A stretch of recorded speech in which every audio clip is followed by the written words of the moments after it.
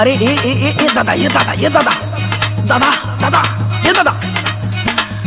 अरे रुका, दादा दादा कर रहा है भी, कुछ बोलेगा कि खाली दादा दादा कोई के ससुरा हमार माथा चनकाई दियो। क्या बोल रहे हो, जरा बोलो तो।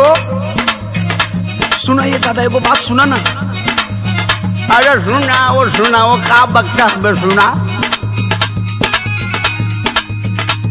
बनाओ तनी खैनी, सुना बुढ़ऊ दादा हो, बनाओ तनी खैनी।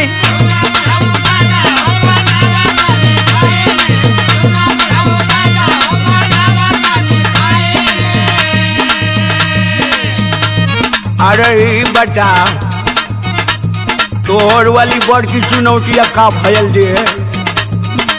ए दादा बताई। मेहर ना चुनौती देले धैले बाबे चैनी, बनावा तनी खैनी।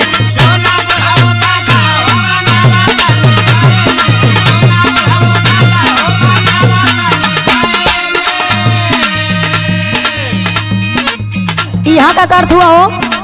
कुछ नहीं दादा, ले खाली हाल चल करे नहीं दादा, ढेर दिन पर भेटाए ना, कुछ नहीं कर। तू हाल चाल करत हुआ? हाँ।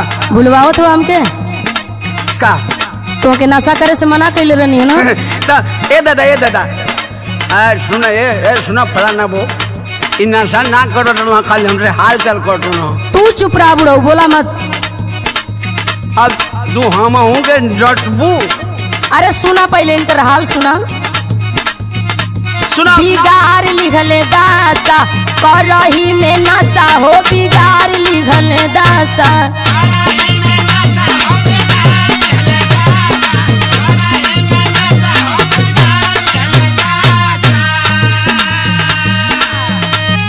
हीरो जैसन लागत रहला, हो गईला बतासा, बिगाड़ लिहला दासा।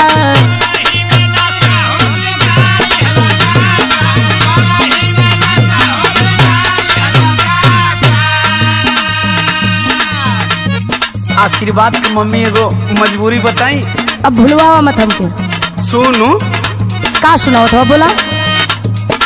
आदत धराई दिहले साथे के संगतिया। अच्छा ये कैसन आदत है जो छूट ना सकत है?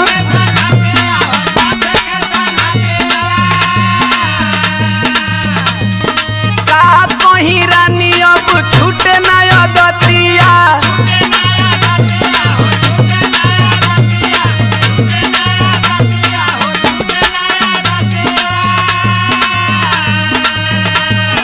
दारू गांजा बिना अब दिन हम भइनी, बनाव तनी खैनी।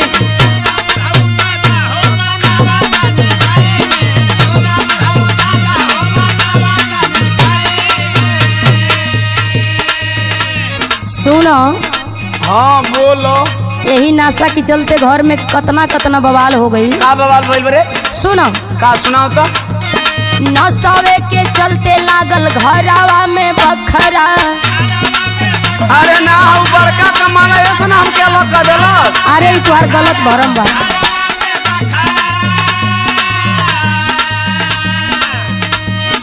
पी के पड़ोस में करावेला तू झगड़ा। अरे हाँ, और शर्म खूब झगड़ा होना हो।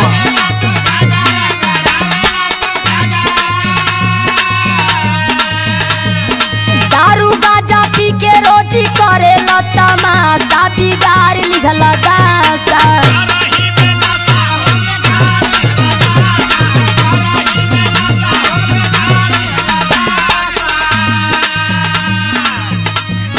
एगो बात कही।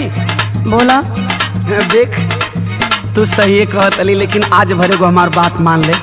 कौन बात तहर मानी हो? सुनो। सुनावा। आज भर खाए दरानी, खाके कहीं क्रिया।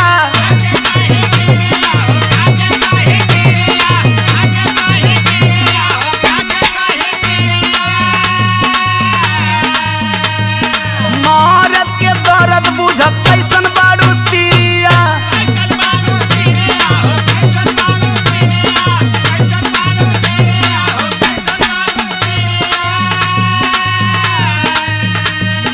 के खूब हम बढ़िया से जाना तनी। का तू का हुआ या का करेला? अरे सुन भरोसा कर। अरे कतनी बार भरोसा कइले बानी। दे सुन अब ऐसे ना मन भी तो हम तोके बताओ तनी। बतावा। हाथावा दीवनवा तोहरा माथावा पे धइनी बनावा तनी खइनी।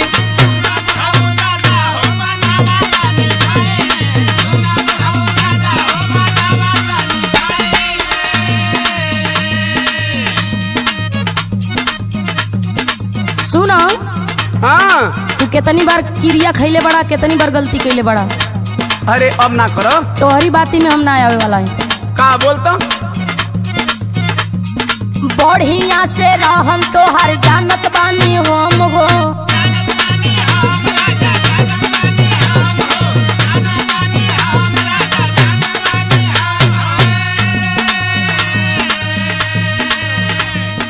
रोजो रोजो खाल तू क्रिया कसम हो।